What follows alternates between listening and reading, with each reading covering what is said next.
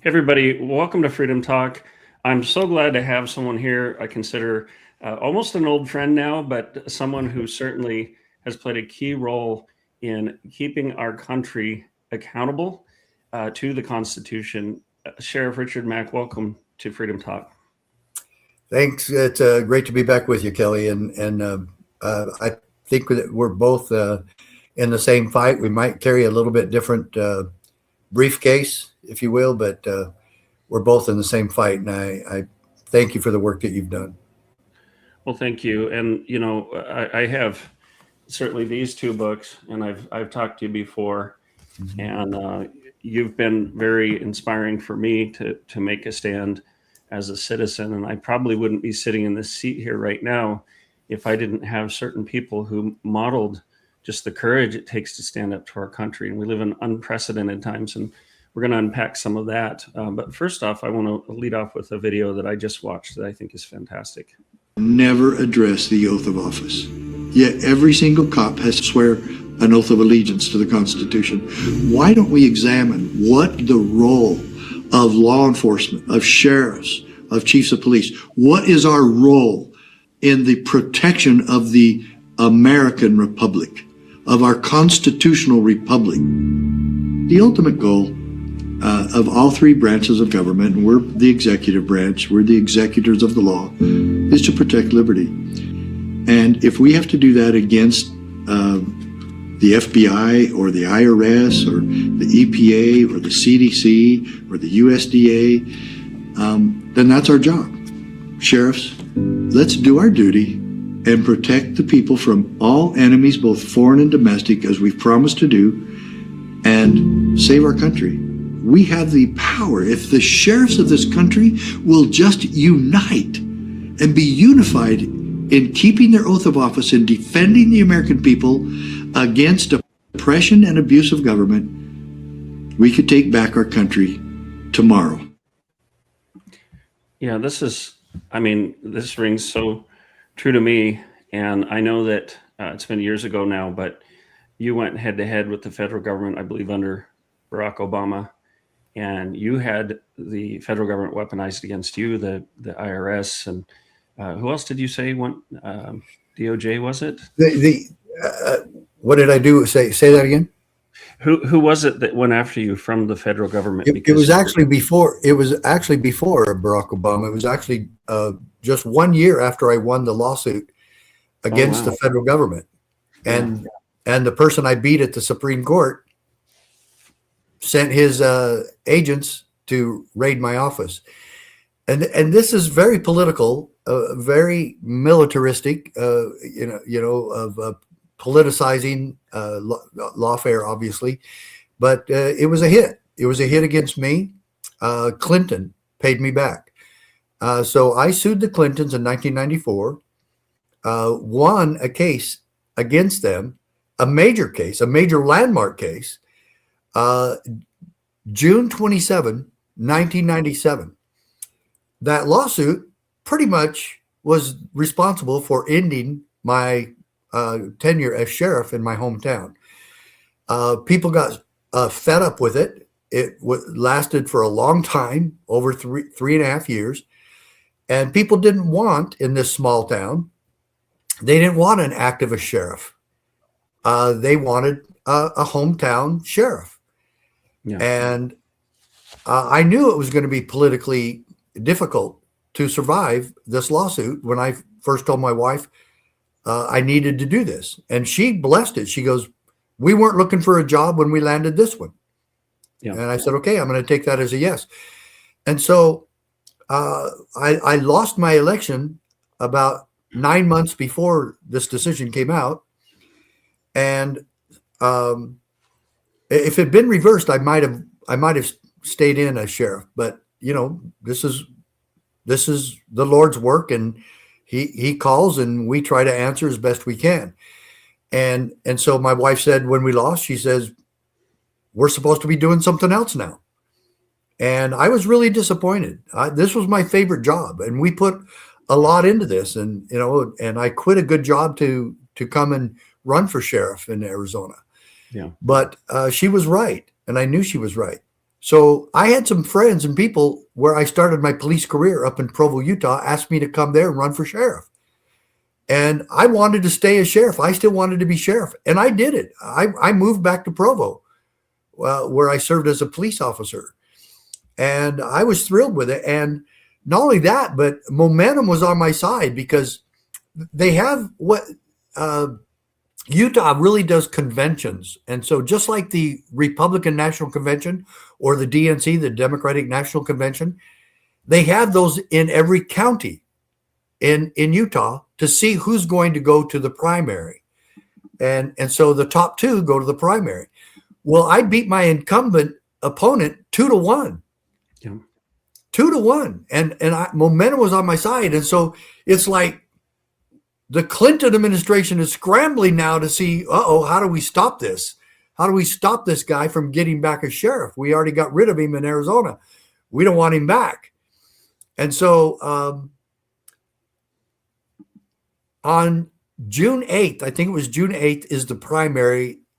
And I'm a little bit confused about the dates, but anyway, I believe it was the first Tuesday in June is the primary election for the Republican Party. And they have and they just had the convention and 3 months before this. And my opponent said it was going to be extremely close. I said it was going to be extremely close. The newspaper said it was going to be extremely close. And here comes the FBI and IRS, raided my office 4 days before the election. I believe it was Thursday, and the election is supposed to be Tuesday. And so 4 or 5 days, if you count Saturday and Sunday days off or whatever. 3, 4, 5 days, if you count just business days, it was 3 days before the election. Full days, it was 5. And so I have no time to counter it, what they did. So they put my name on a search warrant that was aimed for a client of mine. And I had an office in the same building where he did. My wife was the receptionist there. And she calls me and says, the FBI and IRS are here and they want to see you. And I was out campaigning. I said, okay, tell them I'll be right there. So they showed me all this and I said, you guys know my name isn't on any of this stuff that you're going after this other guy for. My name's not on anything. Why are you here? And why are you doing this today? You could have waited till the day of the election or the day after. Mm-hmm. Why didn't you? This looks like retaliation. Oh, the FBI doesn't do that. I said, my dad and my cousin were life members, served almost their entire lives and careers in the FBI. Don't give me your BS. Yeah. And so the newspaper was already ready with the headline. It came out the following morning, Friday morning, the biggest headline I have ever seen on any newspaper in my life, except maybe for the one that said World War II was over. This was like Mack raided by the FBI, as big as you could put it on the front page of the newspaper. So I lost all the undecided vote plus a few more, and my incumbent opponent beat me bad. That's by like 25%. That's what you call guilty before proven innocent, and that is how they operate to this day. And Sheriff Mack, I was writing and used the term lawfare back in 22 and 23. It wasn't even in common parlance at that time, but it's really caught on because it's an unfortunate reality, especially under the Biden administration. But what I'm finding is that, especially during those years, gosh, when all the shutdowns happened, the federal government started going after people, and it picked up, of course, when Joe Biden got into office. But you had businesses that were harassed and told they couldn't operate while the big box stores could. You had indoctrination in schools. You had parents, school parents, concerned parents, of course, portrayed as terrorists. Merrick Garland, there's a whole story behind that, but he devoted federal terrorism resources to parents and then used jurisdictional sleight of hand because he couldn't indict anyone federally. He had no constitutional basis. There's a record for all of this. So he helped the National School Board Association draft a letter that was then sent to him and Biden as a pretext for sending Yeah. state authorities after people. Parents have no authority at schools anymore. Yeah. None. Yeah, Nothing. but not only that, we're treated like the enemies. So Right. my family was a target, one of the primary and first targets of that, to use Trump's words, witch hunt. And I'm sad to say that even with the new administration, that persecution, that weaponization continues. And I don't think Donald Trump knows some of these things, but it brings up a question. And without going into detail, all of that, which people can find Well, on. before you get to that question, let me just add one other thing about Sure. the raid on me. It's obvious what they were after, because after I lost the election, I never heard from the IRS or FBI ever again. Nothing. No indictments, no interviews, no charges, nothing. But by that time, the damage was done to your It was reputation. done, and they got what they wanted. I'm so sorry that happened, and I can relate a lot too, because my wife and I made the same kind of decision that we're going to stand up to this bullying, and that God called us to stand up for others. So what I wanted to ask you, and particularly with your experience in mind, what can county sheriffs do right now to help and protect people who are still being pursued by a federal government that continues to be weaponized against them? Well, that's the main thing that we work on. That's the main emphasis. Every one of your listeners right now, everybody on this program right now, you need to know that the CSPOA, the Constitutional Sheriffs and Peace Officers Association, CSPOA, was formed for you. It wasn't formed to get more cops on board. We do training. We do training for cops and sheriffs nationwide and public officials so that they can better serve you, so that they can protect you from all enemies, both foreign and domestic. That is what this is for. And where we really get our funding is from people joining with us, American people. I never ask sheriffs or cops to join us and pay the dues. I ask the American people to do that. I don't want money to get in the way of sheriffs. Oh, well, you just want our money. No, the only thing I want from you is that you keep your word and you keep your oath of office and you protect the people in your county. Now, how can a sheriff do that?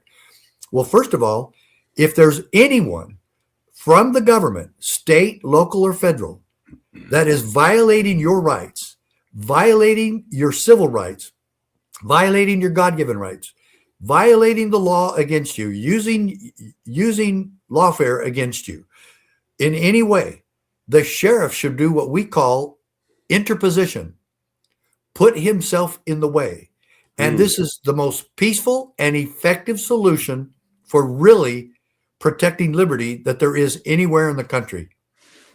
And folks, that's why we ask you to be on board with this, because the sheriff reports only to you. I don't think people get this. He is the only elected law enforcement officer anywhere in the country, certainly in your county and your state. And he gets his power directly from you, the power source, and you are his only boss. True story, 100%. He does not report to the county commissioners. He does not report to the county attorney, does not report to the governor, does not report to the AG of the state. He reports to the first three words of the Constitution, we the people, and you are his boss. And that's why we need you on board, because we want you to work with him, and we train you how to do that every Wednesday. So for our posse members, it's $11 a month or $99 a year, which is like only works out to like $8.50 a month. Folks, Jefferson said that we will never maintain liberty without the people involved. Yeah. And we're offering you that opportunity on a silver platter. So go to cspoa.org, CSPOA, become a member, become a part of this peaceful and effective solution. And yes, if the IRS is going after you or the FBI, anybody, any bureaucracy in the state or the federal government commits a crime against you, your sheriff should have already put them on notice and let them know that if they ever go outside the law in your county, that you will take action against them. And we have lots of examples when sheriffs have done that. Well, that's wonderful news. And in the case of the parents who were targeted as so-called domestic terrorists, every Yes. single breadcrumb of evidence is there. Americans for Liberty did a report on what Merrick Garland did. The emails are there, the text, all the messages, they're all FOIA'd. The problem is that we're expecting the perpetrators to self-correct, and that Yeah. isn't happening. What happened, in fact, is that we were promised a hearing with Pam Bondi. We were promised, President Trump put in an executive order. He established this weaponization working group headed up by Ed Martin. And what happened was they've put us off. They've ignored parents, even parents who've gone through the process and filled all of the forms. And they quietly, even reports say that President Trump didn't even know about it, removed Ed Martin from the weaponization working group and shut down the group that was tasked with holding the DOJ accountable. Yeah, Now, I didn't know does that until you told me that today. I did not. I have all the Yeah. I have all the proof and evidence of it. So for me, who was a recipient of this unconstitutional retaliation simply for speaking up out of concern for the children, I was railroaded in a trial that the FBI was involved in orchestrating behind the scenes, and yet we're supposed to expect the agency that perpetrated these abuses to self-correct.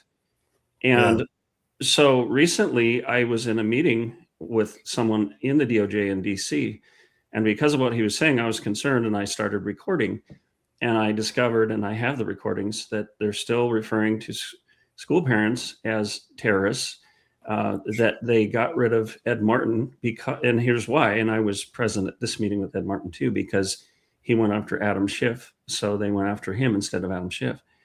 And their response to me has been, well, it was disingenuous of you to record this meeting. Well, I did it legally. And if what they're saying is we didn't want the public to know what we're actually saying within the DOJ. So, but I'm in a place where I've thought about going to my county sheriff and going over this, but what's to keep my county sheriff from saying, hey, I'm going to side with the DOJ? Well, a lot of them they will. And the thing of it is, we just haven't had the funding to get out to every sheriff. And trying to keep track of all the sheriffs and where they stand. There's 3,086 sheriffs in America. And every year we lose dozens. They retire, they pass away, or they quit, working with us or their citizens. And most of them have been pretty much brainwashed their entire careers that it's not our duty, it's not our job, it's not a responsibility to protect you from other government. Well, even though the oath of office makes it clear that that's what we're supposed to do, And so it doesn't matter who commits the crime. It matters just what crime has been committed. And the bottom line question is, to whom can the American people turn for peace, safety, protection, and liberty when they've been abused and bullied and oppressed by government? Yeah. And my question to Pam Bondi is, why haven't you conducted criminal investigations on Alejandro Mayorkas or Merrick Garland or all the others that committed crimes in the Biden administration? Well, and Why? I was in Washington, D.C. at the Senate hearing on October 7th when Pam Bondi testified to the Senate that the issue of the targeting of parents had been resolved and taken care of, and she had done absolutely nothing. In fact, somebody had canceled this hearing we were promised with Pam Bondi so those parents could get up and tell their stories. And I find it, talking about disingenuous, you cancel a chance for these people to testify and then do a victory lap when nothing's been done. We also held a press conference sponsored by Representatives Andy Biggs, whom you know, and Andy Ogles, and we had media there and all the major parenting groups. And I found out at that event way back in July of last year, July 15th, that Ed Martin, the director of the weaponization working group, was prevented from going by Todd Blanche. It was his job to go to that. Of course. And other people were pressured not to go. So we have this situation where broad swaths of American citizens, for their religion, for their opinions on the election, for speaking out at schools and school board meetings have been put under the thumb of the government, surveilled, persecuted, arrested. And the very organization or government agency that perpetrated these things is now suppressing the truth and claiming that they have resolved something when in fact they have nuked the whole program that was supposed to hold them accountable. And I'm not certain what to do about it. So I'm glad to tell you. Well, I would hope that you could go to your sheriff, you know, but you would have to be able to document that any of these crimes occurred in his county, in your county. But you should be able to go to your sheriff and say, this is what's happened to me, and I want to know what you can do to stop this. Well, they didn't happen in my county, but the county I came from, the sheriff is under recall right now, and he's not very trustworthy. But I with the rank and file and sheriff's lieutenants and others, I've had very good experiences. They've been very dedicated, but I've found sometimes sheriffs themselves are compromised. And I know you know some that aren't, like Sheriff Kevin McCahill, is it? McMahill in Vegas. McMahill, yeah. Yeah. Of Clark County, Las Vegas, and I've met some others. And I know Sheriff Mark Lamb, I believe he's your cousin. I know some really good sheriffs, and I have. Yeah, he's going to be my congressman here pretty soon. Yes, I agree. I agree. Mark's become a very good friend, and I'm very stoked about him running for office, and I think he will be.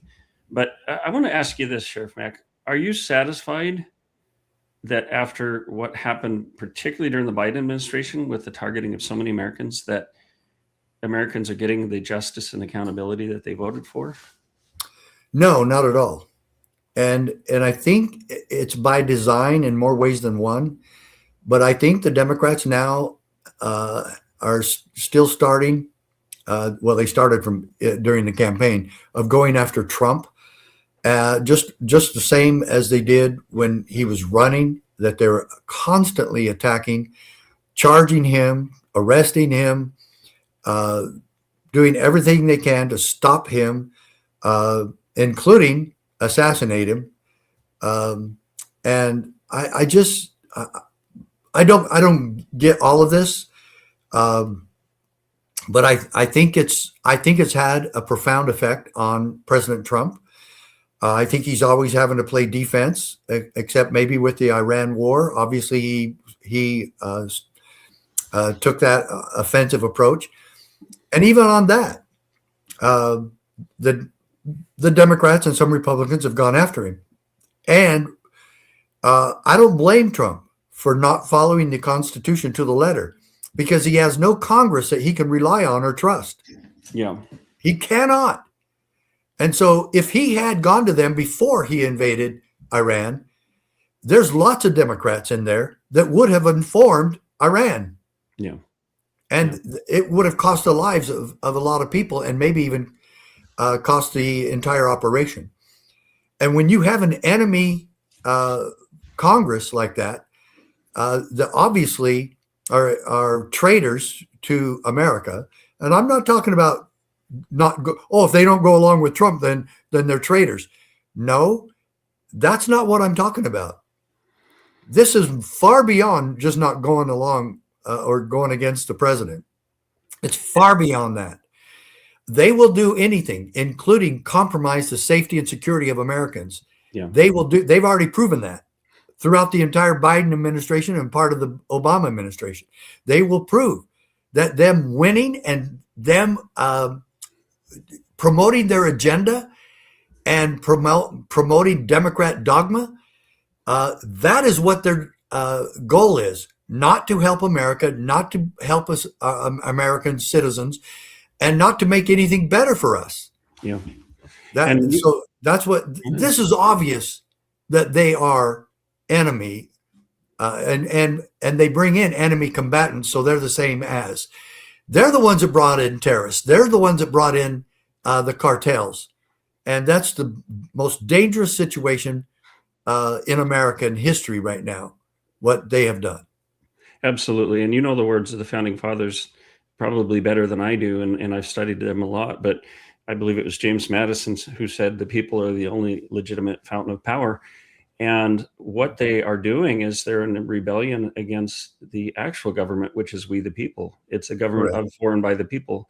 And Yes. when they thwart the will of the voters, when they do these just unconstitutional, illegal things and persecute their own people, they are in rebellion against the government. And this is a little bit of a tangent, I know, but there are many churches out there that believe that no matter what the government does, you have to submit to them.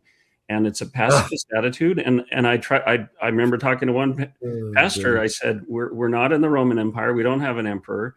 We don't have a government where the supreme power is the emperor. We have a government where the supreme power is the people.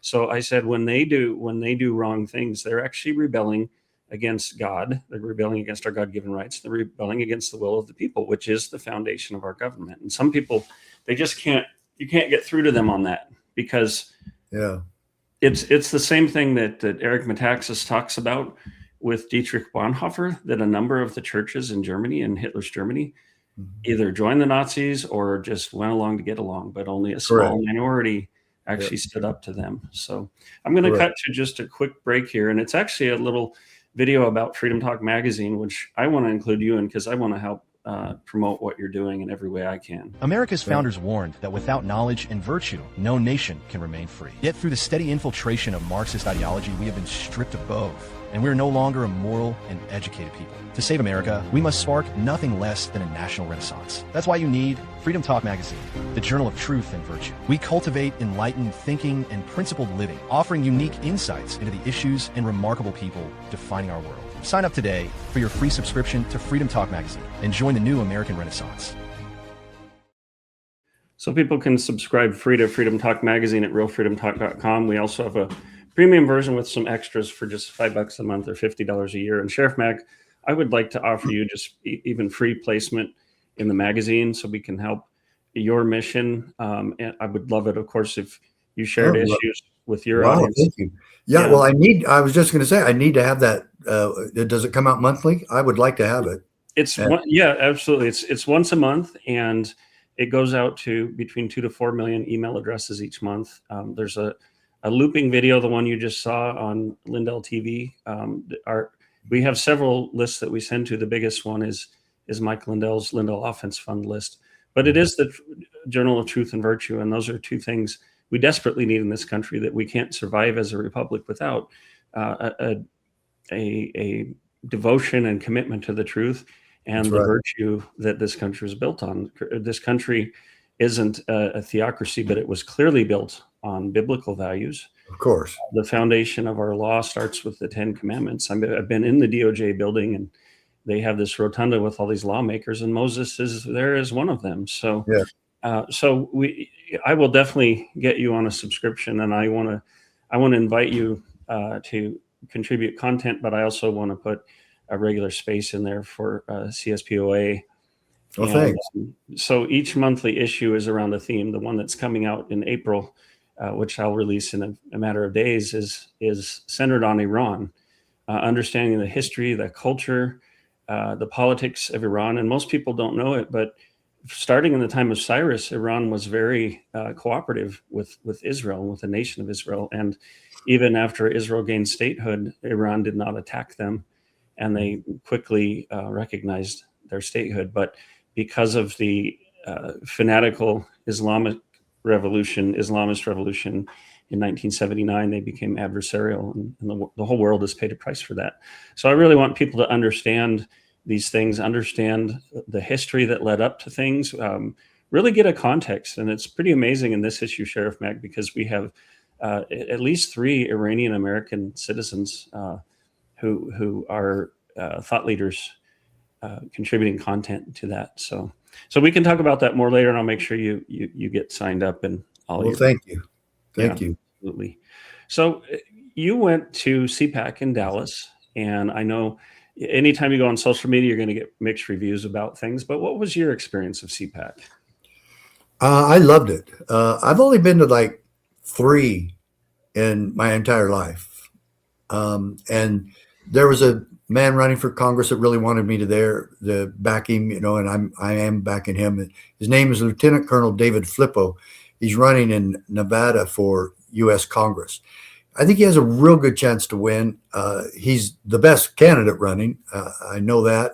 I know some of the others running. But he is a solid constitutional conservative. One of his platforms is to get rid of the IRS.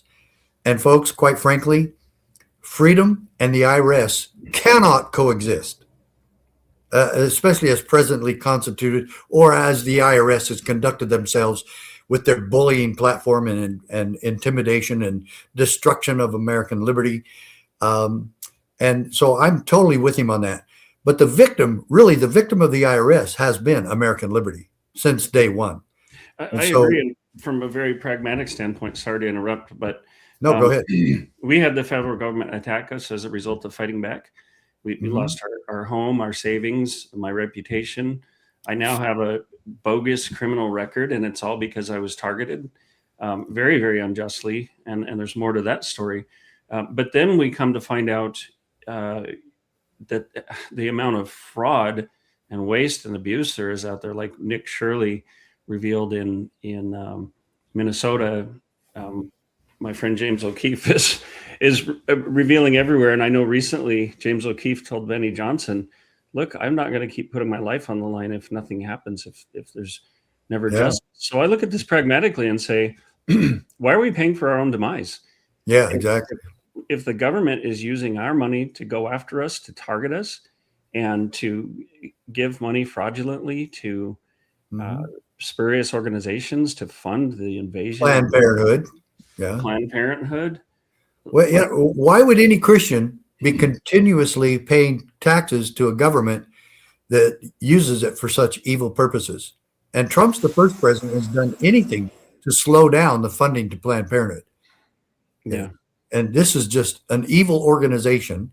They are not part of our government. They provide no government service, but they got $800 million last year from taxpayers. Almost $1 billion a year.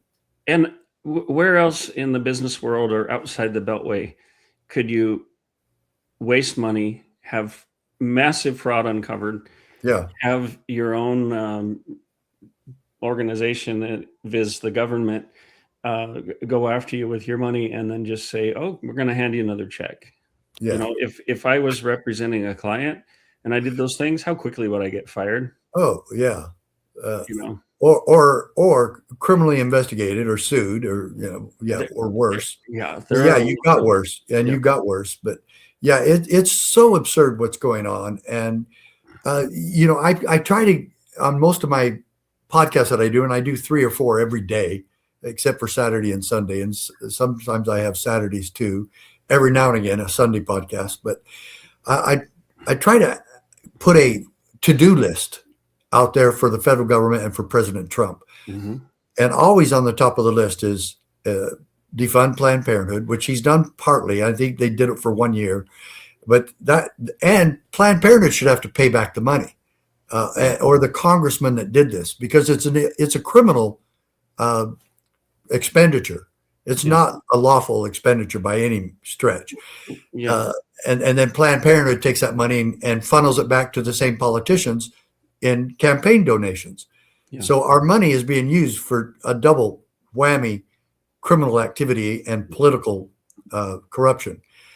And so the other ones would be obviously abolish the IRS, abolish the Federal Reserve, and get America back on a strict constitutional platform. Yeah. And that's the answer for all of it. If Democrats and Republicans would just follow the Constitution and challenge the other party on constitutional basis instead of the hate divisiveness, our country could survive and will survive. Yeah, and actually on that abortion issue, the March issue was on the sanctity of life, including abortion, euthanasia, transhumanism, and how life is sacred, that we're made in the image of God.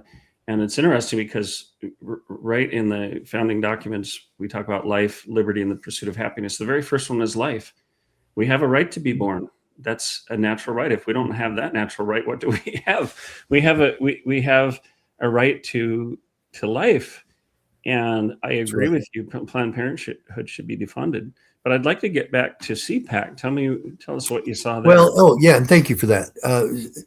The first thing I noticed at CPAC was that there were dozens and dozens, maybe 100 or more, of Iranians, and they had signs. And I go, oh no, we got Iranians protesting the war in Iran or the military involvement, and it turned out it was just the opposite.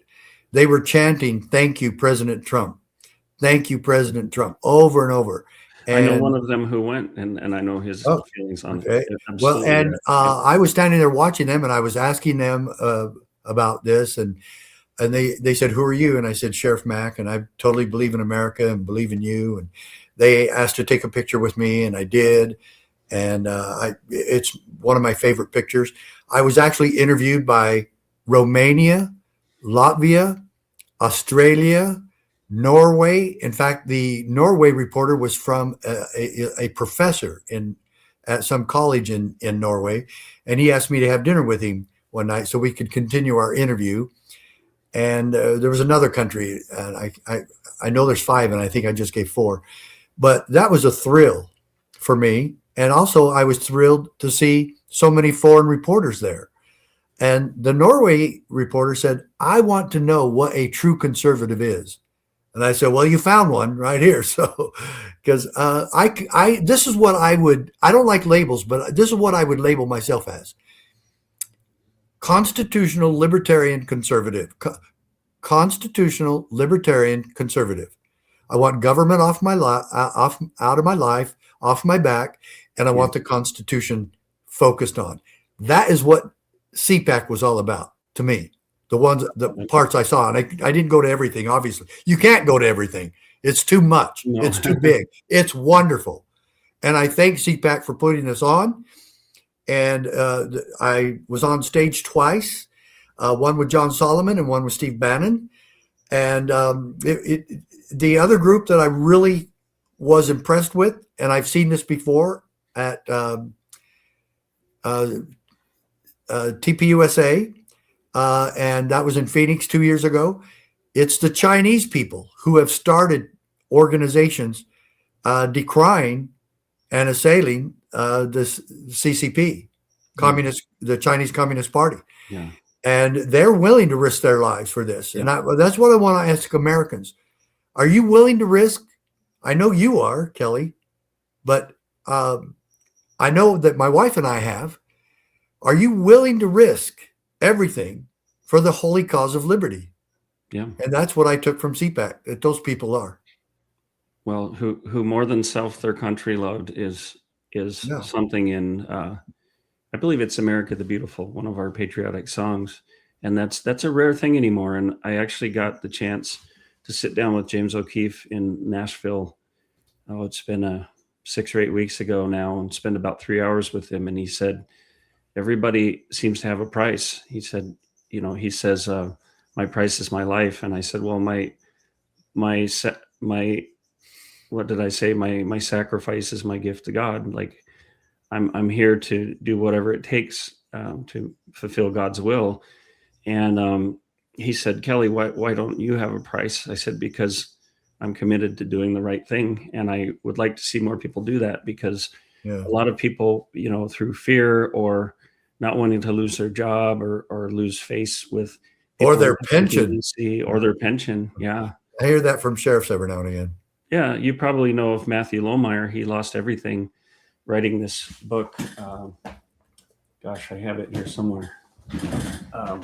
Irresistible Revolution, when he was in the Space Force, and he was dismissed. And what's the name of it? Irresistible Revolution by Matthew Lohmeyer. Yeah. He's now under Secretary of the Air Force because Trump recognized what he had done, but he lost his rank and everything. And I remember telling him during that time, I said, Matthew, I'm really sorry that you had to lose all of those things. And he said, you know what? I'm not, because if I would have come out of this not having lost those things, I haven't given enough for my country. And I thought, what a beautiful attitude. Wow. And he's the real deal. And he's now under Secretary of the Air Force. So good for him. Yeah, absolutely. Well, and what a good call by President Trump. Yeah, absolutely a good call. So I want to ask you, and I know we're winding up here, but have you had a chance to talk to President Trump? Is he aware of your position? I know a lot of people that know him, and during the selection of some of the cabinet members, I talked to Steve Bannon about that Mm-hmm. because Pam Bondi had actually recommended a horrible sheriff from Florida, the worst sheriff in Florida of the 67 sheriffs. And she nominated him because he was a friend of hers to be the director of the DEA. Gosh. And I talked to Steve Bannon about it. Steve Bannon told me that he talked to the president about it, that he dropped my name, and that I was in charge of the constitutional sheriffs in America. And President Trump went to Pam and said, "You're to have him withdraw." Wow. And she kind of objected, and then she was told, "Then you withdraw." Oh, wow. And she got the sheriff to withdraw, and they went to somebody that was actually qualified. But he trusted Pam Bondi on that, and he should not have.